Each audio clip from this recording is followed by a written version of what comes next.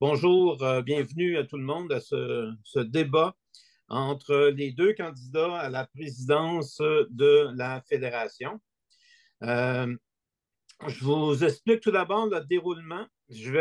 On a fait un tirage au sort en présence des deux candidats avant que ça commence.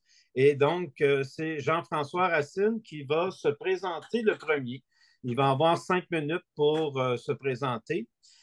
Et ça sera suivi d'un 5 minutes pour Éric-Pierre Champagne. Après ces deux présentations, le conseil d'administration euh, a défini 3 questions à poser aux deux candidats, auxquelles ils répondront dans l'ordre inverse. Donc, c'est Éric Pierre qui va répondre à la première question, Jean-François va ensuite répondre à la première. La deuxième question, c'est Jean-François qui va répondre en premier. Et la troisième question, c'est Éric Pierre qui va répondre en premier.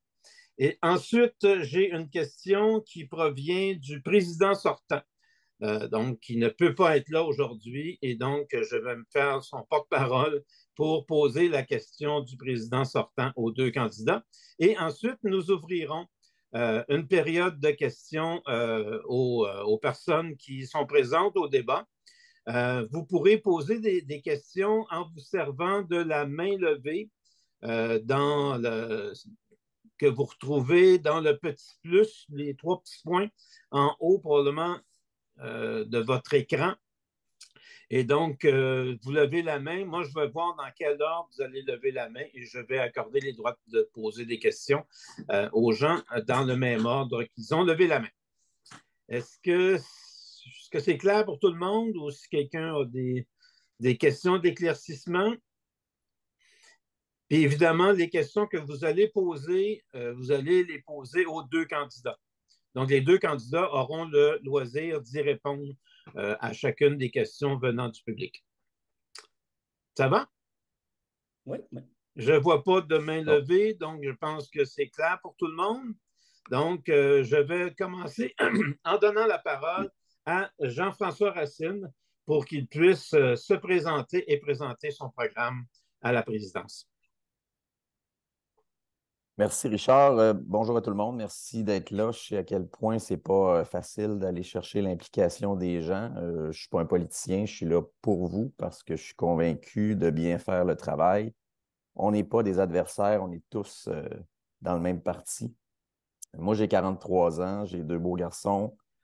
Je suis né à Québec, j'ai étudié à Québec, puis je travaille à Québec depuis 20 ans au Journal de Québec. Donc, vous avez compris que s'il y avait une équipe de hockey, je serais pas mal pro-nordique. Puis une équipe de hockey aurait sauvé bien des jobs à Québec, d'ailleurs. La crise des médias, je la vis. Une grosse partie de ce que j'aimais dans ce métier-là, je l'ai perdu. Ce que j'ai perdu, c'est des gens passionnés comme vous. J'ai perdu l'ambiance d'une salle de rédaction. Même notre immeuble est à vendre depuis quelques jours à Québec. L'immeuble du Journal de Québec, qui est là depuis une cinquantaine d'années, on va quitter en 2024. Donc, Journal de Québec, on était 300 travailleurs en 2003. Désormais, on est 28 au total. 90% des gens sont partis ou ont été mis à pied. Qu'est-ce qui reste? Ben, des convictions. La passion de cette job-là. La crise, on la ressent beaucoup en région, partout au Québec. Évidemment, ça menace les démocraties locales. Je pense qu'un deuxième président hors Montréal en 30 ans, c'est pas un luxe. C'est une vision différente, mais c'est surtout la peur de voir disparaître nos médias. Nous, on le sait ici, à Québec, les médias ont diminué. Dans toutes les régions, le nombre de journalistes a diminué. Donc, je pense qu'il faut supporter Radio-Canada, oui, mais il faut conserver des compétiteurs privés capables de livrer bataille, c'est clair. Il faut travailler aussi pour la survie des coops de l'information. La diversité des médias, je le dis quand j'enseigne, la liberté de choisir, c'est ça notre force ici. Il faut se battre pour la survie de tous les médias, même ceux qu'on n'aime pas. Moi, quand j'ai commencé, j'étais un jeune diplômé en droit. Je n'ai jamais suivi de cours de journalisme. Je suis très fier d'avoir appris à travailler par moi-même, mais aussi avec des collègues. Si j'étais forcé aujourd'hui d'apprendre mon métier en écrivant comme je le fais dans mon auto, je ne suis pas certain que je persévérerais dans ce job-là. C'est trop difficile quand on est tout seul. 2007, ben, j'ai vécu 16 mois de lockout, donc c'est une expérience assez pertinente. Là. Avec le recul, c'est clair que ça a été pénible, mais ça nous a profité parce qu'on a créé un journal, on a appris à travailler ensemble, on s'en est sorti. Même à la fin, en 2008, à la fin de tout ça, ben, on a décidé si on avait à lancer notre journal commercialement ou à retourner au Journal de Québec. On a décidé d'y retourner, puis on a vécu des belles années, évidemment. Moi, je suis allé en Afghanistan 2 fois. J'ai fait Haïti, le Rwanda. Je suis allé au Tour de France 5 fois. Travaillé beaucoup sur la crise étudiante, lac mégantic, la fusillade de la mosquée. À partir des manifs étudiantes jusqu'à Trump, la pandémie, puis nos beaux camionneurs d'Ottawa, ben, vous avez su, puis vous avez vécu, vous autres aussi, que la confiance du public a vraiment diminué, l'intimidation est apparue, puis c'est pas normal. Ben, les gens veulent encore être informés, puis nous, on veut juste travailler librement, vous et moi, dans des conditions décentes. Quelque part en 2014, on a tripoté dans mes textes, je trouvais ça inacceptable. C'était une belle série que je devais publier, puis ça m'a fait réagir suffisamment pour m'impliquer à long terme. Depuis 9 ans, je suis avec le CFP, notre syndicat. J'ai négocié 3 conventions collectives avec le Québécois. Je les connais bien. J'ai toujours eu le même employeur. En 2018, j'ai commencé à donner des ateliers dans les écoles sur les fausses nouvelles, la désinformation. Aujourd'hui, pour le CQAMI, je suis probablement un de ceux qui a donné le plus souvent l'atelier entre la 6e année primaire jusque dans les clientèles adultes au collégial. J'ai 20 cours à donner d'ici décembre. Et depuis 2 ans, je suis administrateur à la FPJQ. Michael a réalisé tout un travail pour ramener Québécois dans le giron de la FPJQ. Il ne faut pas perdre cet élan-là, surtout dans le projet de loi C-18. Québécois est embarqué en pieds joints, puis c'est fantastique. On a besoin d'eux autres, on a besoin de tout le monde. C'est au cœur du programme de la prochaine année parce que d'autres patrons de presse vont peut-être abandonner la partie sans financement. Moi, je veux que mes 2 gars aient d'autres choses que TikTok comme source d'actualité. Il faut que les géants qui bénéficient de notre contenu puis profitent de la pub comme un quasi-monopole nous compensent de manière adéquate. Puis il faut aussi expliquer aux gens que les géants du web ne nous apportent pas de visibilité gratuite et profitable. Il y a encore des gens qui disent ça. Ça fait du mal à entendre. La liberté de la presse puis le droit du public à l'information, c'est sûr que c'est menacé quand les médias disparaissent un par un, particulièrement dans les régions. Donc, j'ai bien des choses à vous dire, mais c'est sûr que je veux miser beaucoup sur l'enseignement, sur l'honnêteté des journalistes, sur la solidarité entre nous et lutter contre l'abrutissement collectif. Il faut éviter de tourner les coins ronds, faire de la qualité et pas s'adapter au junk food du web. Merci. Merci, Jean-François. Il y a beaucoup de participants qui se sont joints à nous, je pense, pendant que Jean-François prenait la parole. Donc, juste vous redonner les règles pour que tout le monde soit conscient de la mécanique de ce petit débat. Donc, Jean-François avait 5 minutes pour se présenter. Éric Pierre va maintenant avoir 5 minutes pour se présenter. Après ça, il y a 3 questions déterminées par le conseil d'administration que je vais poser à chacun des 2 candidats dans l'ordre inverse de leur présentation. Et ensuite, j'ai une question qui provient du président sortant que je vais poser aux 2 candidats. Et ensuite, je vais ouvrir une période de questions aux gens qui se sont branchés avec nous aujourd'hui. Donc, Éric Pierre, 5 minutes pour te présenter et présenter ton programme. Merci. Ben, bonjour tout le monde. En fait, je suis vraiment content d'être ici avec vous aujourd'hui. En fait, pour ceux qui ne me connaissent pas, je suis journaliste à la presse depuis maintenant 22 ans. Depuis une dizaine d'années, je couvre principalement l'environnement. Sur une note un peu plus humoristique, là, je suis probablement l'un des journalistes qui a le plus contribué à faire connaître la rainette faux-grillon aux Québécois. Une minuscule grenouille qui est maintenant dans l'actualité. Bon, trêve de plaisanterie. J'ai commencé ma carrière il y a 30 ans. Et j'ai notamment commencé, en fait, les premières années, je travaillais en région dans le Bas-Saint-Laurent. Depuis 22 ans à la presse, je me suis impliqué, en fait, un peu comme mon collègue Jean-François, j'ai été au syndicat des journalistes à la presse. Bon, j'ai négocié des conventions collectives, des lettres d'entente, j'ai négocié le transfert de la presse, en fait, quand la presse est passée de Power Corporation vers InnoBNL. J'ai même témoigné en commission parlementaire à l'Assemblée nationale à ce moment-là, en 2018, parce que, bon, ça prenait l'adoption, en fait, ça prenait l'approbation de l'Assemblée nationale là, pour la vente de la presse. Depuis 3 ans, je suis au CA de la FPJQ et au comité exécutif. J'ai été secrétaire trésorier pendant 2 ans, puis je suis VP depuis 1 an. Puis je peux vous dire que ça en est passé des choses à la FPJQ depuis 3 ans. Puis j'ai été impliqué dans la majorité des décisions, alors je vais vous en présenter quelques-unes. Première affaire, c'est qu'on a redressé les finances et on a réduit le déficit. Quelques exemples. le coût du loyer à la FPJQ est passé de 25 000 à 7 200 par année. Pour la première fois, ça je pense que c'est du jamais vu, on est allé en appel d'offres pour la production du magazine 30. Donc, on a reçu des propositions, on a choisi un fournisseur. Les coûts de production du 30 vont diminuer. Les revenus publicitaires de l'infolette, ça, les gens ne sont peut-être pas au courant, mais on a des revenus publicitaires avec l'infolette. Ils sont passés de 15 000 à 25 000 par année. Comme prévu au plan stratégique, on gère maintenant notre comptabilité par projet. C'est peut-être un peu technique, là, mais c'est super important. Puis là, on peut s'assurer d'un meilleur suivi de nos dépenses. Je viens de parler de plan stratégique parce qu'on en a un. Pour ceux qui ne le savent pas, on a maintenant un plan stratégique.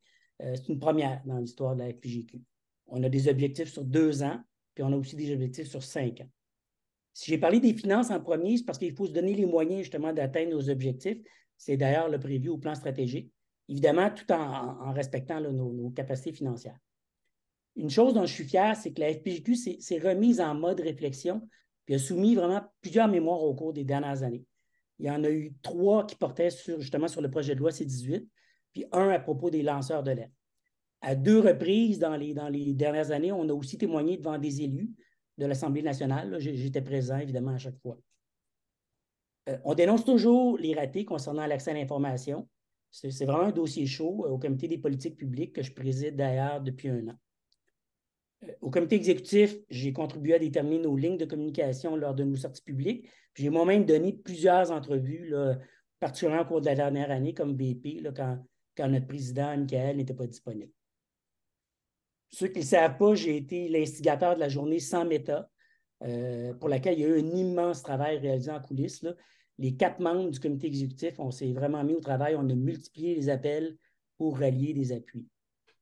Ce dont je suis le plus fier, moi, de cette opération-là, c'est qu'on a surtout démontré notre capacité à fédérer des acteurs de la société aux intérêts divers. C'est la Chambre de commerce, la Société des relationnistes professionnels, les villes de Laval, Québec, Longueuil, bon, et plusieurs autres. Je pense que ça va être très utile, nous, pour la suite dans cette bataille-là. Puis je pense qu'on sous-estime la capacité de notre fédération à rallier des acteurs de la société. Là. Mais le plus important à mes yeux, c'est que je pense que j'ai vraiment démontré ma capacité à travailler en équipe et dans la bonne humeur. Parce que c'est primordial, la FPJQ, ce n'est pas l'affaire d'une seule personne. La suite, maintenant, ben, il va y avoir du travail, il va en avoir beaucoup. Si je suis élu, 1 minute, parfait, je peux vous assurer d'une chose, je vais commencer le travail dès le premier jour. Il n'y aura pas de transition, je suis prêt, je connais tous les dossiers, puis j'ai une excellente relation avec tous les membres du CA. Bon, on a parlé de C-18, il y a plein d'autres choses, il y a l'accès à l'information, il y a la confiance du public dans les médias. Là-dessus, par exemple, oui, on a une responsabilité de mieux expliquer notre métier, mais il faut aussi être ouvert au dialogue. Bon, un président, ça ne fait pas tout seul. À mon avis, sa principale responsabilité, c'est de montrer du leadership, un leadership positif. Ça demeure un travail d'équipe avec le CA, avec la permanence, parce qu'un président tout seul, on n'ira pas loin. Alors, ce que je peux vous dire, c'est que comme président, je vais être celui que vous connaissez déjà, travaillant, enthousiaste, déterminé. Je crois sincèrement en ce métier qui passe un mauvais quart d'heure. Je veux défendre notre profession, mais surtout, ce que je veux défendre, c'est vous tous. Alors, je vous remercie. Merci, Éric-Pierre. Je vais maintenant passer aux 3 questions qui sont prédéfinies par le conseil d'administration. Je vais poser la première à Éric-Pierre et ensuite je donnerai un tour de parole à Jean-François. Donc, vous avez chacun 3 minutes pour répondre à chacune des 3 questions. Et quand je vais lever le doigt, c'est parce qu'il va vous rester 30 secondes. OK. C'est beau? C'est pas de minutes cette fois-ci. C'est ça. Ben, tantôt, sur 5, ça allait bien. Donc, C'est correct, mais là, je me dis sur 3, si je lève le doigt à 1 minute de la fin, c'est long un peu. Donc, ta première question pour Éric-Pierre, en quoi vos expériences passées serviront-elles dans votre futur rôle de porte-parole de la FPJQ? Ben, écoute, dans le passé très, très, très proche, ça fait 1 an que je fais ce travail-là, que je fais ça. Évidemment, pas. C'est le président qui est le porte-parole là, en premier lieu, mais bon, c'est arrivé à plusieurs reprises pour toutes sortes de raisons, pendant ses vacances, quand ce n'était pas possible pour lui de le faire. Donc, j'ai été le porte-parole de la FPJQ à plusieurs occasions, puis je pense que j'ai fait un bon travail. Une des clés, à mon sens, c'est la préparation. 30 ans de métier m'ont appris qu'on ne peut pas parler de ce qu'on ne connaît pas. C'est vraiment important de se préparer. Puis ça, ben, c'est comme un peu constant comme travail. Là. On n'attend pas juste d'avoir une demande d'entrevue. Là. On est capable de savoir un peu sur quoi on va être questionné. Là. Donc, il faut se préparer. J'ai une excellente capacité à vulgariser. Moi, c'est ce que je fais tous les jours en couvrant l'environnement puis la science, c'est de faire de la vulgarisation. Puis moi, je pense que ça m'est très utile comme porte-parole. Je sais utiliser les bons mots-clés, les phrases punch, il ne faut pas exagérer non plus. Là. Mais parfois, en 30 secondes, 1 minute, 2 minutes, il faut que le message passe efficacement. Puis, autre affaire qui était super importante à mes yeux, encore là, c'est un travail d'équipe. Là. Ce que les gens ne savent pas, c'est qu'on se consulte beaucoup au comité exécutif. Michael le faisait, moi aussi, avant de donner des entrevues. Quand c'est possible, parce que des fois, le temps ne le permet pas, mais on essaie de valider certaines choses, certaines prises de position. Puis, c'est toujours mieux d'avoir plusieurs têtes qu'une seule là, pour, euh, pour réfléchir et donner les bonnes réponses. Merci. Je passe donc à Jean-François avec la même question. En quoi tes expériences passées serviront-elles dans ton futur rôle de porte-parole de la FPJQ? Jean-François. D'abord, je veux saluer le travail de l'exécutif, le travail d'Éric Pierre. Je suis convaincu qu'ils ont fait un excellent travail. Mes expériences à moi sont différentes. Je veux aller un peu ailleurs. J'ai raconté ce que j'ai fait, j'ai parlé de mes expériences tantôt, mais j'aimerais ça vous raconter un peu la pire journée de ma carrière pour vous faire comprendre pourquoi je m'implique. Je veux vous parler de Jeff, Annie, Simon. C'est des gens que vous ne connaissez pas, mais moi, oui. Je veux vous parler du 10 septembre 2020. En mars 2020, nous, on devait négocier avec Québécois, mais la pandémie a tout annulé. On s'est retrouvés à la fin août. L'employeur a trouvé un trou entre 2 vagues de COVID. On a pu se rencontrer. Malheureusement, 5 mois plus tard, le contexte était super différent. C'était un règlement, entre guillemets, négocié avec un gun sur la tempe un peu ou un conflit de travail en pleine pandémie. On avait le choix à ce moment-là de mettre le tiers du monde dehors ou la totalité du staff. Évidemment, sans être d'accord, on a vite compris qu'on n'avait pas le choix. Ça peut donner l'impression qu'on porte nous-mêmes au syndicat souvent l'odieux de coupures qui sont, entre guillemets, négociées alors qu'ils sont imposées. Je vous raconte cette journée-là parce que cette journée-là, on a pris chaque personne mise à pied qui arrivait pour la mettre à l'écart puis annoncer nous-mêmes qu'il n'y avait plus de job, qu'il n'y avait plus d'emploi. Il y a eu des larmes, des coups de pied dans des poubelles. C'était pas un beau moment, c'était pas une belle journée. Après, il a fallu recommander aux gens de voter en faveur de ce règlement-là. Jeff, Simon, Annie, puis les autres, c'était des gens compétents, passionnés comme vous, passionnés comme moi, des gens qui n'ont pas choisi de quitter la profession, de quitter ce métier-là qui nous anime. C'est pour eux autres que je défends notre métier. C'est quoi le droit du public à l'information? Dans mon exemple ici, c'est simple. On n'a plus de correcteurs, plus de graphistes, plus de webness, on n'a presque plus de photographes. C'est clair qu'au final, la qualité est affectée puis les gens sont moins bien servis. Je pense que cette expérience-là va me servir jusqu'à la fin de ma carrière. J'ai encore un malaise face à ces gens, même si je sais qu'on n'avait pas le choix. Il y a des gens que je n'ai pas revus, il y a des gens à qui j'ai parlé. Ils comprennent évidemment qu'on n'avait pas le choix, mais j'aurais aimé ça que ces gens-là puissent continuer dans le métier. Alors moi, je fais juste raconter cet épisode-là pour démontrer pourquoi je m'implique, pourquoi je travaille pour la survie de ce métier-là. J'ai des expériences différentes, mais je suis prêt à prendre la relève et à faire la job, c'est clair. Merci. Merci, Jean-François. Ça va m'amener à la deuxième question formulée par le conseil d'administration. Donc, je m'adresse d'abord à Jean-François. Lors de votre mandat à la présidence, comment guiderez-vous le conseil d'administration pour qu'il atteigne ses objectifs en lien avec le plan stratégique? D'abord, je veux guider le CA, c'est clair. C'est ça notre rôle, mais je veux d'abord connaître leur position. On n'est pas nombreux. L'opinion de tous les membres est encore plus importante. Je l'ai dit tantôt, c'est difficile d'aller chercher l'implication des gens. Je l'ai même dit à Éric Pierre au téléphone, au terme de cette course-là, il y en a un des deux qui n'aura pas de poste et c'est dommage parce que les deux travaillent fort puis on veut s'impliquer. Donc, comme porte-parole, oui, évidemment, il faut porter le message, mais il faut d'abord le définir ensemble. J'ai toujours travaillé par consensus au journal. J'appelle toujours mes collègues de l'exécutif, mais j'appelle aussi tous ceux, d'abord, que je connais leur opinion qui est contraire, parce que je la veux.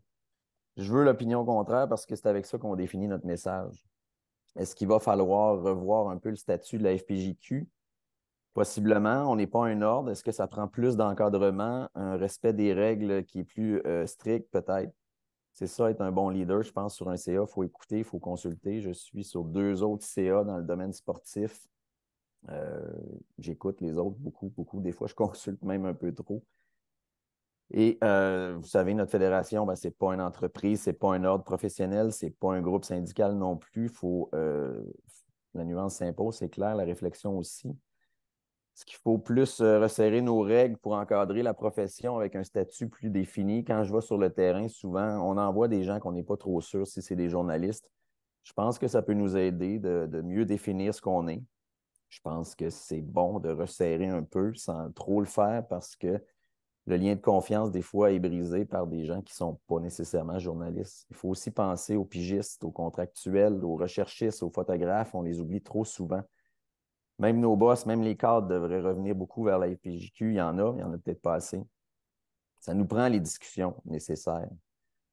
On a parlé de budget tantôt. Je pense qu'on est vraiment sur la bonne voie. La protection du journaliste, il faut continuer à le faire de façon ferme. Dans les sections locales, il faut augmenter le nombre de membres, mais ce n'est pas simple parce que quand il n'y a plus de médias, c'est difficile d'avoir des membres, évidemment. Augmenter nos revenus, je pense qu'on a une directrice et un directeur adjoint qui sont très habiles avec les chiffres. Ils font une bonne job, il faut travailler avec eux. Pour ce qui est de bien faire connaître la FPJQ, je pense que le CQMI le fait très bien maintenant. Je le sais, j'enseigne plusieurs fois par mois.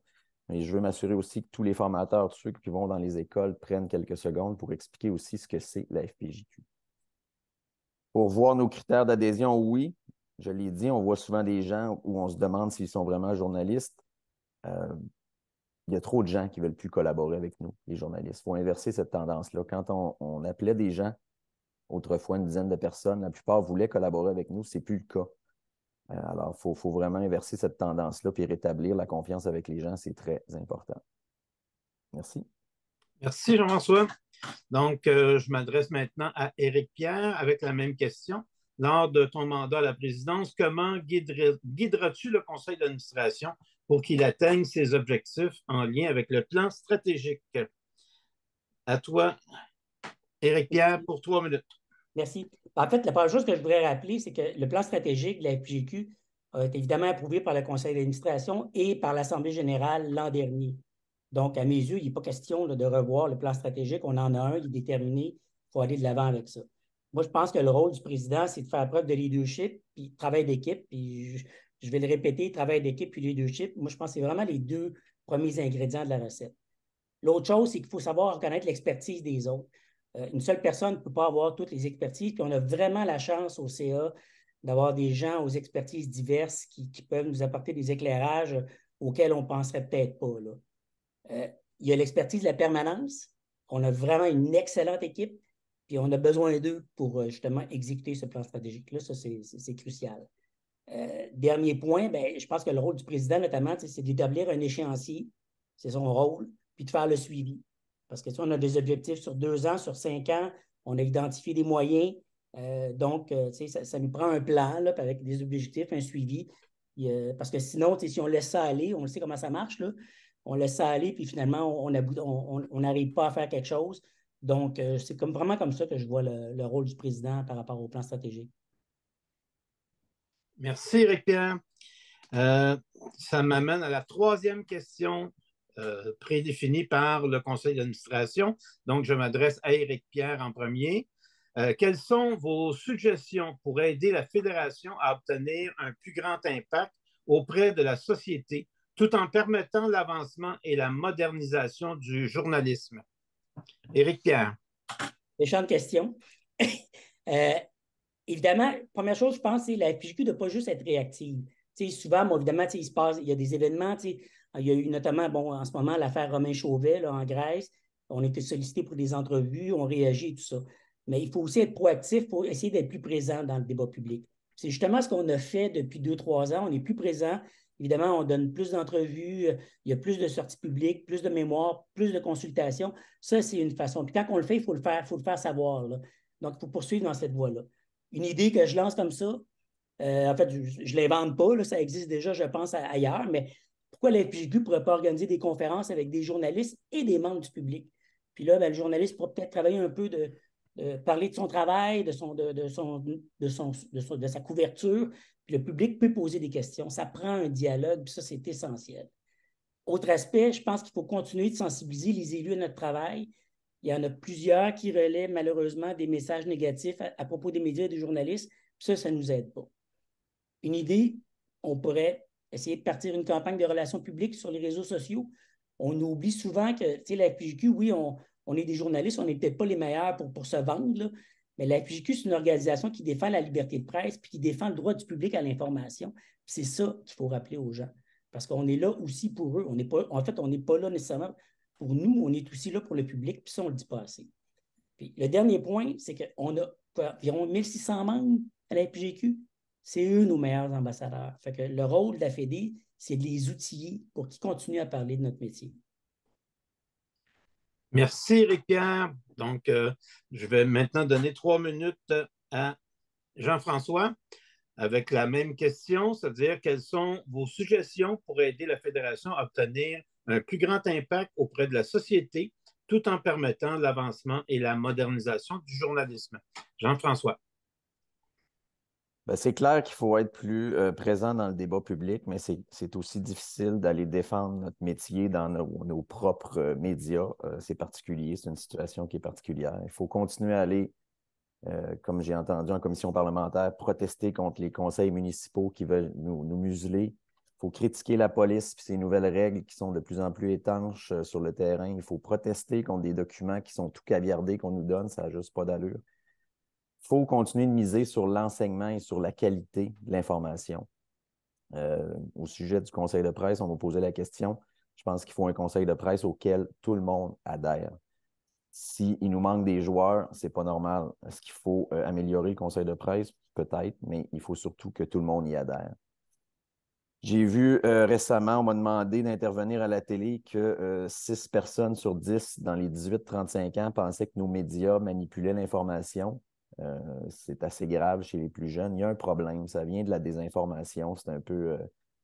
c'est une gangrène quant à moi. TikTok a retiré 500 000 vidéos la semaine dernière. C'était de la désinformation, notamment sur la guerre avec l'intelligence artificielle.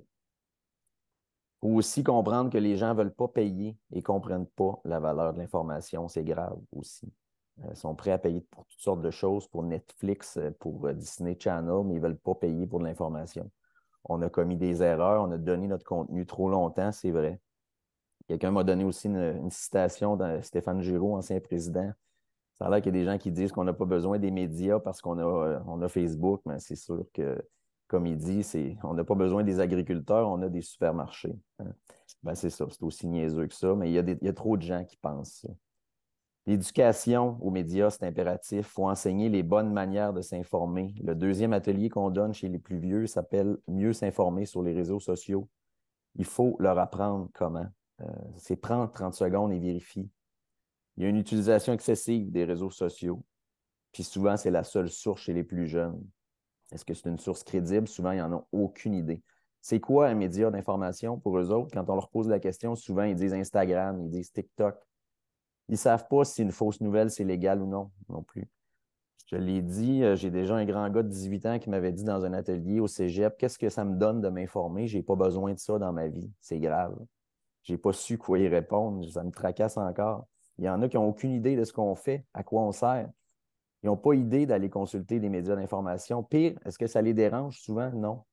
Quand on leur enseigne, ils comprennent. Quand on montre l'impact sur eux, sur leur vie, ils comprennent aussi.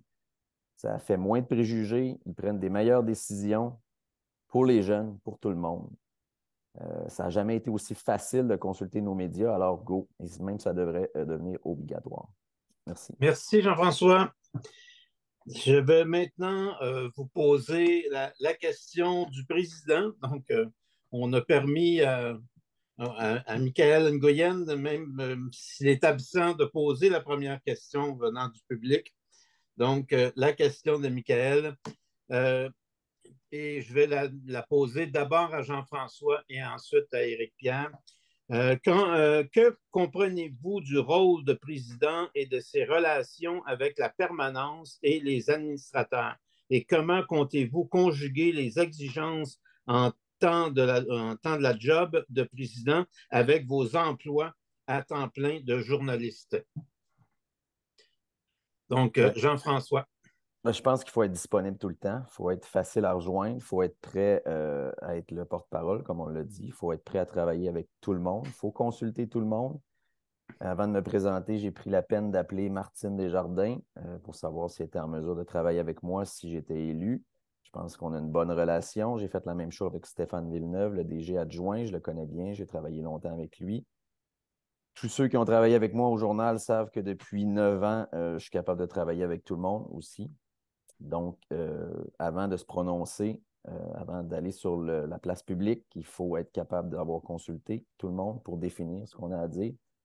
C'est un peu ce que je vois comme rôle de porte-parole, mais il faut surtout être joignable puis prendre position le plus souvent possible, autant que nécessaire. Et surtout, quand on nous appelle à réagir, il faut le faire, mais il faut demander d'abord qu'est-ce que nos membres veulent.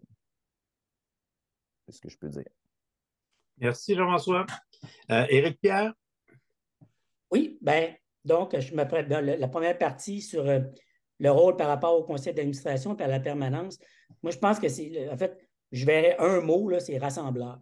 C'est vraiment le rôle du président là, de rassembler, de créer les conditions propices pour qu'on puisse travailler autant au conseil qu'à la permanence, pour que les gens puissent donner le meilleur d'eux-mêmes. Fait que c'est vraiment comme ça que je vois le rôle du président.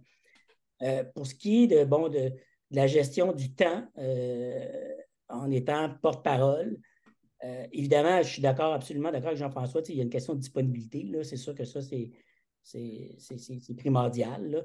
L'avantage, c'est qu'on fait, je pense qu'on fait chacun un travail où on a quand même un certain contrôle de notre temps. Là. Pas toujours, là, mais c'est quand même possible de le faire.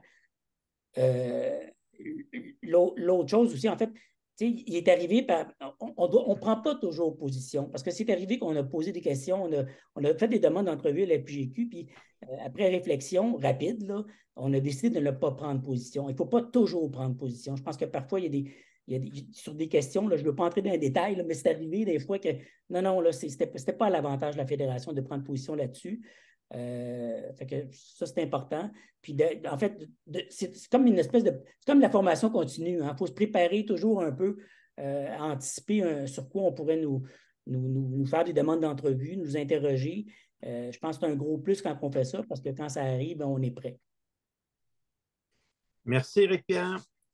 Ça ouvrirait maintenant une période de questions en provenance de vous, ceux qui assistaient à ce débat depuis maintenant près d'une demi-heure. Si vous avez une question, vous levez la main dans le Zoom, dans le petit plus, il y a une fonction pour lever la main. Et donc, je vais vous donner la parole aussitôt que je vais avoir des mains levées.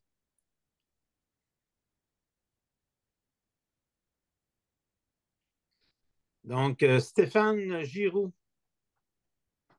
a l'honneur de poser la première question. Allô, je vous remercie toutes les deux. J'ai écouté vos interventions. Vous avez été extrêmement élégants et polis un envers l'autre. Mais j'aimerais demander à Éric Pierre, Jean-François, qu'est-ce que vous avez à dire de l'administration actuelle et pourquoi, dans le cas de c'est Jean-François, pourquoi la nécessité qu'est-ce qui dérange dans le fond dans la candidature de Éric Pierre? Et Éric Pierre, qu'est-ce qui dérange dans la candidature de Jean-François? Je vais te donner la parole d'abord à Éric Pierre. Oui. Écoute, pour répondre à la deuxième partie de ta question, Stéphane, ben, merci de ta question, merci d'être là.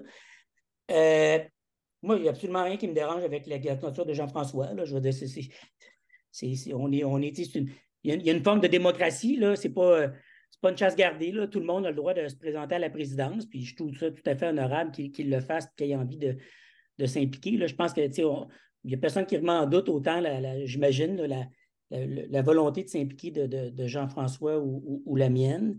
En fait, ce que j'ai à dire sur l'administration actuelle, bon, je ne suis pas en conflit d'intérêts, parce que j'en fais partie, mais je veux notamment saluer le travail, bien évidemment, de Michaël Nguyen, parce que la Fédération a vécu des moments assez difficiles il y a quelques années.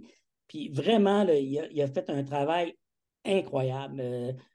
Les gens n'ont pas idée à quel point Michael a travaillé fort. Là, puis si aujourd'hui la Fédération est retombée sur ses pieds et est capable d'essayer de se repositionner dans le débat public, je pense que c'est en partie grâce à lui. Mais il n'y a pas juste lui. Évidemment, on a vraiment des administrateurs. Là, je veux dire, on en a plusieurs qui ont des expertises diverses, qui apportent beaucoup, beaucoup à la Fédération. Puis ça, c'est vraiment le fun. Puis on a une permanence de feu. Honnêtement, là, puis on a eu pendant longtemps Claude Robillard, qui était un excellent DG, mais je pense que la permanence qu'on a actuellement n'a rien à envier. Ils sont extraordinaires, très compétents.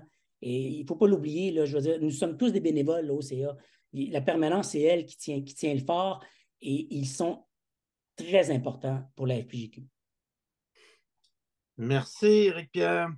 Je cède la parole à Jean-François. Ben, désolé, Stéphane, tu n'auras peut-être pas la réponse que tu voulais avoir, mais j'ai absolument rien contre la candidature d'Éric Pierre. Au contraire, c'était un très bon vice-président. Je ne pense pas qu'il y ait de division dans notre CA.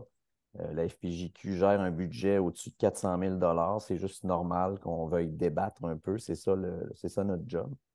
Je trouve ça tout à fait normal que des gens veuillent se présenter. J'ai trouvé qu'ils n'en avaient pas assez. On a eu beaucoup de postes élus par acclamation. Donc, tant mieux pour les gens, mais le plus qu'on a de gens, le mieux c'est. Je le répète, j'ai rien contre Éric Pierre puis contre la candidature. Je voulais juste offrir un choix aux gens. Michael a fait une job extraordinaire, Éric Pierre l'a dit. Il a réussi à nous créer une fédération qui est un peu plus neutre. J'en parlais avec Danny Doucette, le grand boss du Journal de Montréal. C'est un peu ça qui a ramené Québécois plus près de la FPJQ. Le style de Michael, évidemment, Michael travaille pour eux, mais c'est pas une fédération à tendance syndicale. Donc, ce qu'il a réussi à faire, c'est mettre toutes les chicanes du passé de côté, puis recréer quelque chose auquel les gens sont fiers. Donc, il a fait un excellent travail. Pour ce qui est de la permanence, on a vraiment une bonne permanence. On a Martine Desjardins qui fait un excellent travail. Et je l'ai dit, Stéphane Villeneuve aussi, avec qui j'ai travaillé longtemps à Québec, est un excellent DG adjoint, quelqu'un de très pointilleux, quelqu'un à son affaire. Donc, je pense qu'on a un bon CA, une bonne permanence. On a des gens qui partagent des objectifs communs.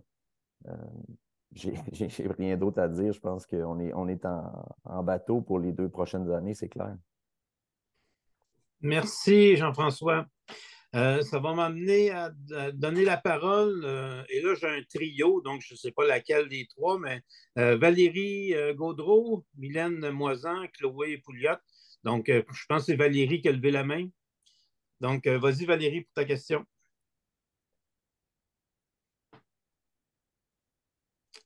On n'entend rien. Et on n'entend pas, Valérie.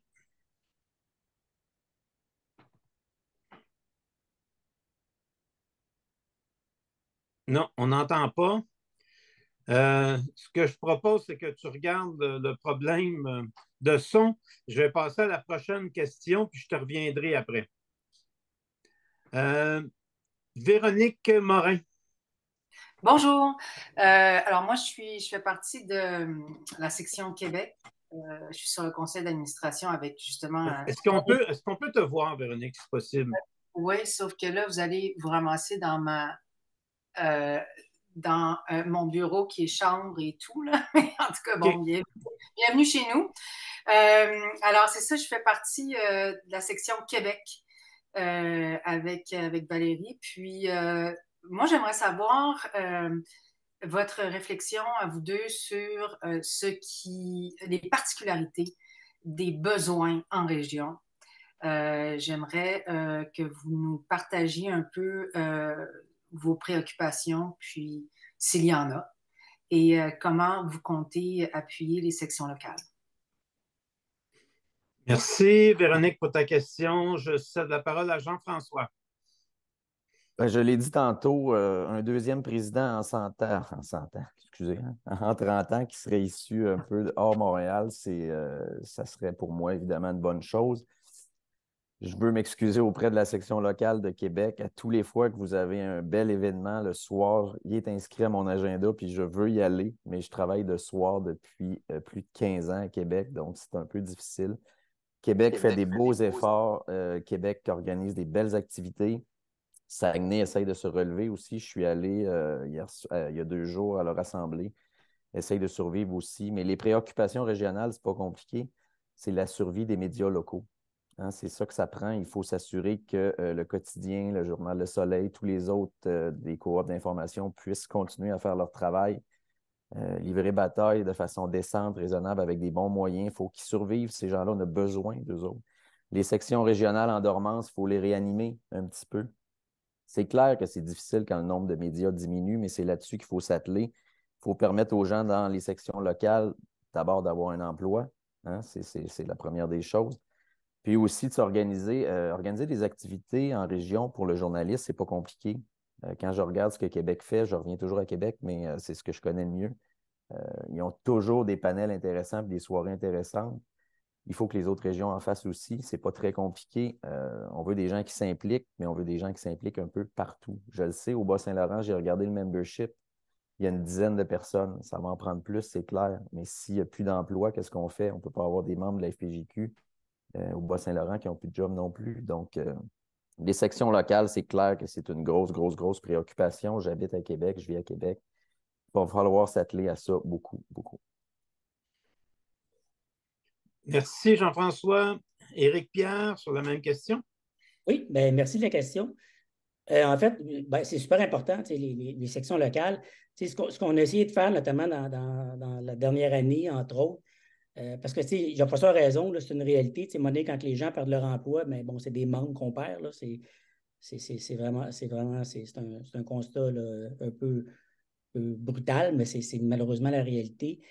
Notamment, il y a eu des jumelages, là, entre autres avec le Bas-Saint-Laurent. Maintenant, on va parler plus de l'Est du Québec. Parce que là, il n'y a pas assez de monde, mettons, au Bas-Saint-Laurent, puis en Gaspésie, puis bon, sur la Côte-Nord. Donc, ça permet peut-être de regrouper, pour avoir une section qui va peut-être plus être étendue géographiquement, mais qui va pouvoir, continuer de fonctionner. Notamment, encore là, je reviens sur le rôle de la permanence, parce que c'est vraiment le point de contact pour les sections régionales. Fait que, puis, on a une permanence qui est très, très, très consciente de ça, qui essaie d'être très réactive aux besoins des sections régionales. Puis, comme je l'ai dit tout à l'heure en début de présentation, moi, j'ai commencé ma carrière comme journaliste dans le Bas-Saint-Laurent.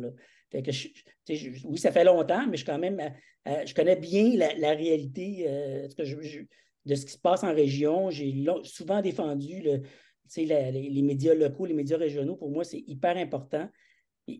La dernière fois que je voudrais juste indiquer, parce qu'il y a des sections en dormance. Ce n'est pas parce qu'il n'y a pas de monde, mais pour une raison que j'ignore, sont en dormance. La PJQ peut faire quelque chose, mais il faut aussi que les gens s'impliquent. Il y a d'autres sections qui fonctionnent très, très, très bien. Peut-être qu'elles devraient s'en inspirer. Merci, Éric Pierre. Donc, je reviens à Valérie Gaudreault pour sa question. Je pense que son son est rétabli. J'espère. Est-ce que vous m'entendez? Oui, on t'entend très bien. Formidable. Merci beaucoup. Merci. Merci Richard, merci Éric Pierre et Jean-François. Très intéressant de vous entendre et je pense parler au nom de mes deux collègues ici. Une question, Jean-François, tu as évoqué la notion d'un statut mieux défini. En tant que vieille de la FPJQ, je poserai la question classique. Jusqu'où, sous votre présidence, on réfléchirait à cette extraordinairement délicate question d'un titre professionnel et d'un ordre professionnel à chacun? Merci Valérie. Donc, Éric Pierre en premier. C'est une grosse question. On se rappelle, là, il y a plusieurs années, il y avait eu un débat assez déchirant à la FPJQ sur cette question-là. Moi, je ne suis pas prêt à dire que le débat est toujours clos parce qu'on l'a eu il y a quelques années. Ça mérite sûrement une réflexion. Il y a du pour et du contre. Il était question d'un ordre professionnel. Je pense qu'il faudrait peut-être justement se reposer la question entre nous puis avoir un débat là-dessus. Ça, c'est sûr. Mais je ne pense pas qu'il y ait une réponse simple là, où dire ben voilà, c'est ça, puis ça va tout régler. Là. Il y a beaucoup de complexité là-dedans, là, mais je pense qu'on est peut-être dû pour se reposer la question parce que ça doit faire quoi là, maintenant? 10 ans, là, plus que 10 ans, peut-être même qu'on a eu ce débat-là qui avait déchiré beaucoup de monde, là, malheureusement. Merci, Éric. Pierre. Jean-François. Ben, moi, je ne serais jamais en faveur d'un ordre professionnel, évidemment, parce qu'un ordre professionnel, ça impliquerait une formation, puis moi-même, j'en ai pas. Donc, je suis diplômé en droit, puis j'ai appris sur le tas comme bien des journalistes, puis je suis fier de ce que j'ai réussi, mais un véritable ordre professionnel, c'est pas fait pour notre métier. Par contre, oui, il faut se reposer la question, puis il faut mieux le définir. Moi, après 20 ans, je fais encore du fait divers un peu, puis j'aime encore ça. Mais il y a beaucoup de gens qu'on voit sur le terrain avec un petit appareil photo, puis ils ont 12 followers sur Internet, puis ils s'affichent comme journalistes, puis c'est pas vrai. C'est pas vrai parce que ces gens-là, souvent, nuisent à la confiance des gens, nuisent à la crédibilité, foncent dans des cordons de police alors qu'ils ne devraient pas, puis ils font la job un peu tout croche, puis ils s'affichent comme journalistes avec une carte de presse inconnue. Donc ça me cause un problème, puis ça me déplaît. Donc oui, il faut se reposer la question. Resserrer des règles un peu, oui. Une définition, c'est un casse-tête. C'est vraiment difficile, c'est compliqué. Mais on peut au moins débattre entre nous à savoir qu'est-ce qu'on veut comme statut. C'est quoi un véritable journaliste? Je le pose en classe la question des fois, puis ils ne savent pas quoi répondre, les gens. Est-ce qu'un animateur radio, c'est un journaliste? On a toutes sortes de réponses. Moi, j'ai la mienne, je vais vous laisser la vôtre, mais il faut s'entendre un peu pour mieux définir un peu le statut, c'est clair. Merci, Jean-François. Ça répond à la question. Je vais maintenant céder la parole, donner la parole à Marie-Ève Martel pour sa question. Merci Richard. Bonjour messieurs. Avant de poser ma question, je voulais juste prendre le temps de vous remercier de ce débat-là. Je trouve que c'est très intéressant. Vos candidatures, toutes les deux, sont vraiment de haute qualité. Puis je suis convaincue que peu importe le résultat de l'élection, nous allons être très bien représentés. C'est un gros défi faire ce débat-là, donc bravo. Ma question, en fait, évidemment, bon, on sait que l'industrie est aux prises depuis plusieurs années avec un défi économique qui met en péril la survie de certains médias et donc des emplois journalistiques. Il y a l'autre volet à la crise qui est la crise de confiance. Donc, d'une partie de la population envers les journalistes. On l'a abordé à plusieurs reprises là, en surface durant le débat. Comment, comme président de la FPJQ, pensez-vous aborder cet enjeu-là? Comment pensez-vous qu'on pourrait faire là, comme fédération pour essayer de redonner confiance à une partie de la population envers le journaliste pour en faire une sorte de planche de salut pour soutenir l'industrie là, dans sa potentielle relance et surtout dans sa pérennité? Merci. Merci, Marie-Ève. Je cède la parole à Jean-François.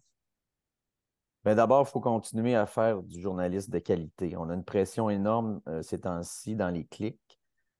C'est clair que c'est pas bon. Nous, au journal, on reçoit maintenant nos chiffres, nos stats de clics par article. Je pense que j'aimais beaucoup mieux le tirage avant. Les gens choisissaient ce qu'ils voulaient consommer. Maintenant, on a le nombre de clics par article. C'est décourageant. C'est décourageant parce que les animaux maltraités, ça pogne plus que les enfants battus. On a beaucoup d'horreurs comme ça. On a des articles sur lesquels on travaille pendant des semaines, souvent qui sont battus par des articles qui nous ont pris 10 minutes à faire. Donc, il faut mettre un terme au junk food, mais il faut surtout continuer à faire de la qualité. Puis là-dessus, je pense que la confiance peut s'améliorer. C'est certainement pas en s'adaptant aux cochonneries du web qu'on va améliorer la crédibilité ou la confiance des gens. Je pense qu'il faut travailler à faire de la qualité. Je vais le répéter, puis je ne le répéterai jamais assez souvent. Au niveau du financement, ben écoutez, le projet de loi C-18 doit aider des médias. Est-ce que ça va arriver ou pas? Je ne le sais pas. Ce n'est pas un projet qui est parfait, mais on en a besoin. Les journaux comme le mien attendent cet argent-là. Donc, il faut militer pour ce projet de loi-là. À Ottawa, on a commencé à parler d'un fonds. Ça peut être une bonne chose. Je pense que la ministre en place est très, très, très à l'écoute. Elle vient du milieu des communications. Elle travaille bien présentement. Donc, il y a beaucoup de travail à faire de ce côté-là. C'est un peu ce qui nous attend. Pour le financement, mais il faut expliquer aux gens à quel point l'information, il y a un coût à ça. On ne peut pas avoir juste des chiffres dans la colonne des dépenses. Il faut en avoir aussi dans la colonne des revenus. Ce n'était pas une préoccupation des journalistes avant, ça l'est maintenant. Quand on voit la page 1, la 2 ou la 3 dans un journal qui est vendu, ça nous dérangeait avant, ça me dérange moins. Il faut s'y faire parce que sans ces revenus-là, on ne survivra pas. Donc, le financement, c'est d'expliquer aux gens à quel point c'est important les revenus, puis essayer de les convaincre au moins de payer. C'est sûr que c'est difficile, même une pièce par article, les gens ne veulent pas payer, mais il va falloir que les gens comprennent la valeur de l'information, à quel point, par exemple, des voyages à l'étranger, ça coûte cher, des couvertures politiques, des voyages à la guerre en Afghanistan, en Israël, en Ukraine. des voyages sportifs. Donc, tous ces voyages-là ont un coût. Ça coûte cher produire de l'information qui est de qualité. Donc, il faut que les gens le comprennent. Merci, Jean-François. Je cède la parole à Éric Pierre. Oui, merci. Merci de la question. Sur la confiance du public, je pense que la première chose, il faut prendre acte de ça. Parce que souvent, ce que j'entends un peu comme réponse, c'est parce qu'on n'explique pas assez bien notre métier au public. Je pense que c'est vrai, il y a de ça, mais je pense qu'il y a aussi, on n'est pas à l'abri des critiques. Puis il faut être capable comment dire, de reconnaître qu'il y a peut-être des choses qu'on fait moins bien. Mais là, je parle collectivement. Là, je ne suis pas en train de dire tel journaliste ou tel média. Là. Notamment, je veux dire, les médias ont multiplié les espaces de chroniques dans leur page ou sur leur plateforme, là, quand ils sont les médias télé ou radio. Il y en a vraiment beaucoup. Puis ça devient mêlant pour le public. Là. Puis là, les gens ne savent plus, là, un tel qui a donné son opinion, mais c'est un journaliste, c'est-tu pas un journaliste? Puis là, c'est comme, ah ben là, si lui pense ça, ben tous les journalistes pensent ça. Il faut être capable de le reconnaître que ça ne nous aide pas. C'est plate, mais c'est la vérité. Puis, en fait, c'est le dialogue. Je pense que c'est vraiment ça, là. Ça prend un dialogue. Oui, il faut expliquer ce qu'on fait comme travail, mais il faut aussi écouter. Puis, à mon avis, c'est la clé. Sur la question du financement, ben, nous, la FPJQ, on n'est pas là pour dire aux médias quel modèle de financement, quel modèle d'affaires ils doivent adopter. Il y a toutes sortes de modèles qui existent au Québec. Puis là, en fait, ce qu'on fait aussi, entre autres, avec C18, ben, bon, c'est d'essayer d'aider à ce que tout ça débloque, que ça contribue à amener des fonds aux médias. Mais après ça, ce sont des décisions d'affaires qui sont prises par les médias. Là. Nous, ce qu'on défend, c'est le journalisme. Voilà. Merci, Éric Pierre. Donc, on a la chance d'avoir une deuxième question venant d'une ancienne présidence, parce qu'il y avait Stéphane tantôt, j'ai oublié de le préciser. Mais là, maintenant, on a Lise Miette qui a une question pour nos deux candidats. Mais d'abord, félicitations. Vous faites partie du cercle restreint des personnes candidats à l'élection à la présidence. C'est seulement la 3e élection dans toute l'histoire de la FPJQ. Les débats, c'est sain et comme on est le chien de garde de la démocratie, aussi bien que la démocratie s'exerce avec des élections.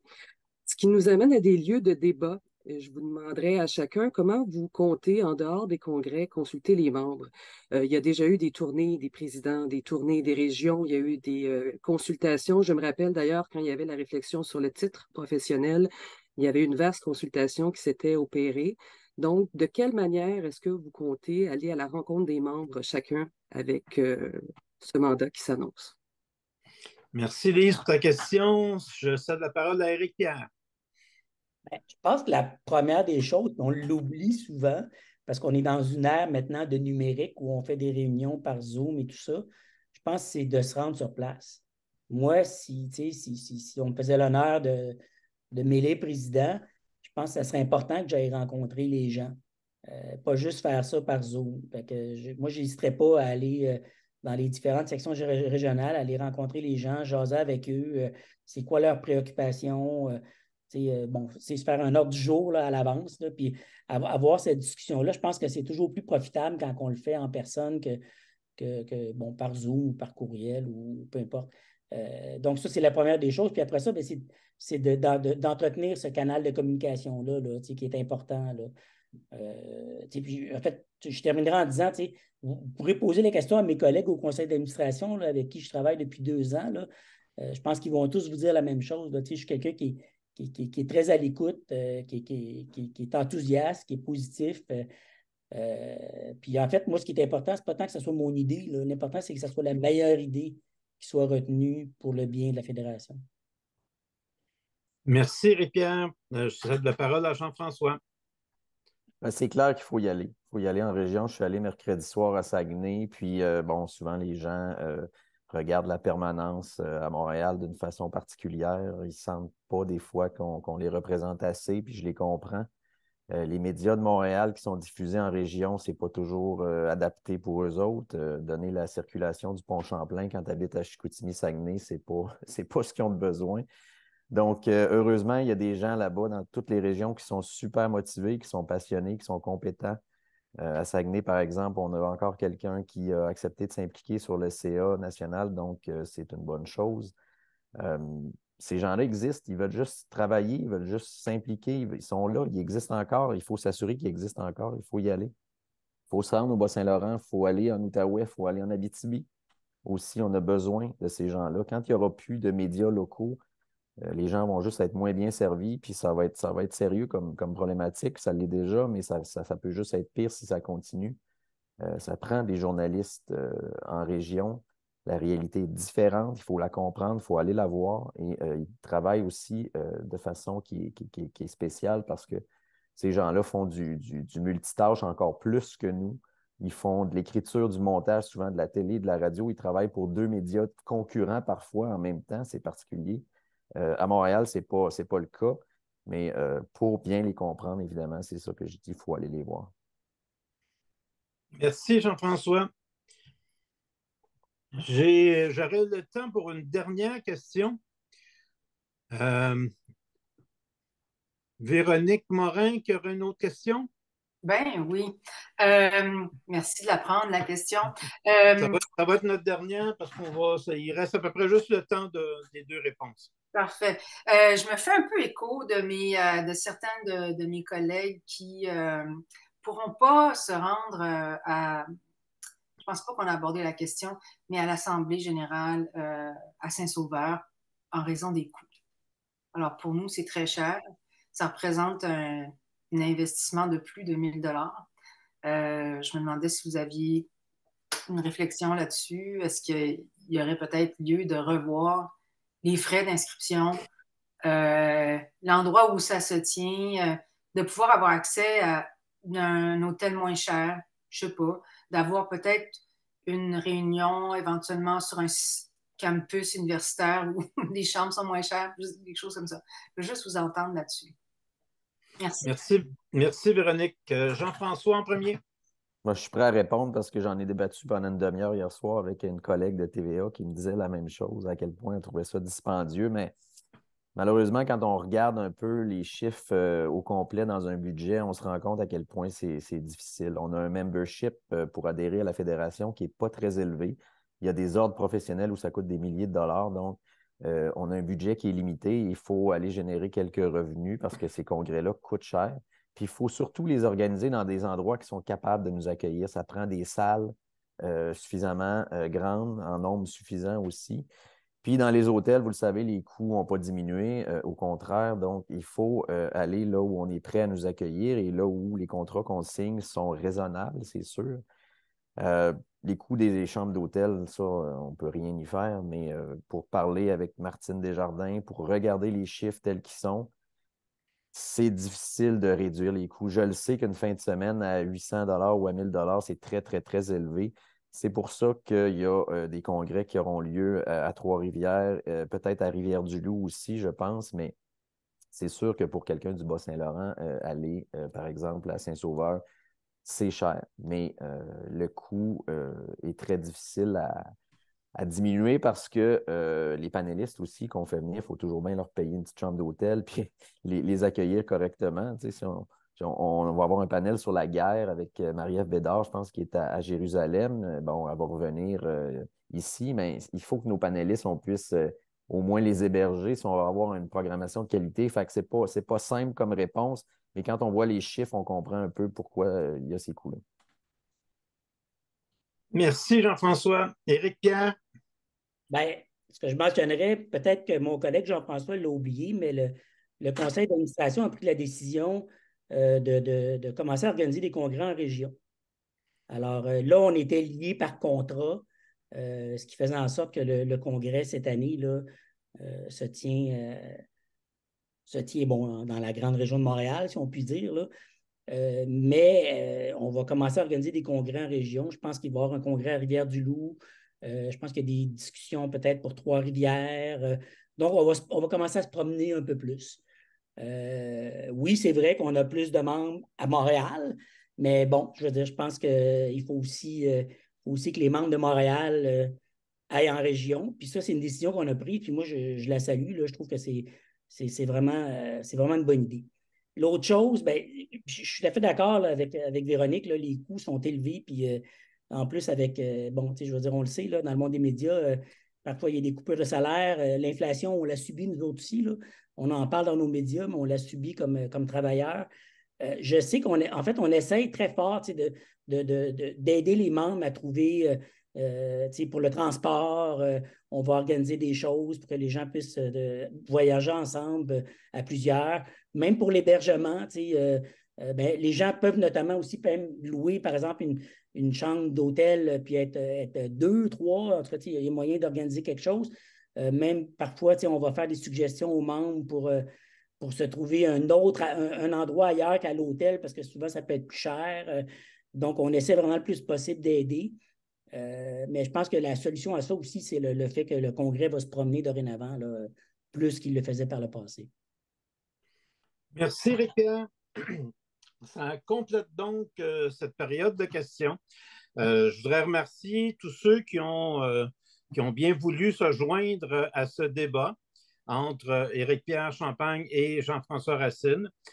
Juste vous répéter que vous avez jusqu'au 2 novembre pour exercer votre vote à la présidence. Vous avez reçu un lien qui vous permet d'aller voter sur la plateforme SurveyMonkey. Vous avez normalement reçu ce lien-là ce matin, juste avant le débat en question. Si vous ne l'avez pas reçu, vous contactez la permanence de la FPJQ parce qu'il y aurait possiblement des liens qui ne se sont pas bien faits. Donc, vous vous adressez à la présidence, mais normalement, vous avez reçu le lien pour aller voter d'ici le 2 novembre. Donc, merci tout le monde. Et, merci beaucoup. Bonne réflexion. Et j'espère que le débat vous a permis effectivement d'avoir cette réflexion-là pour exercer votre droit de vote. Merci.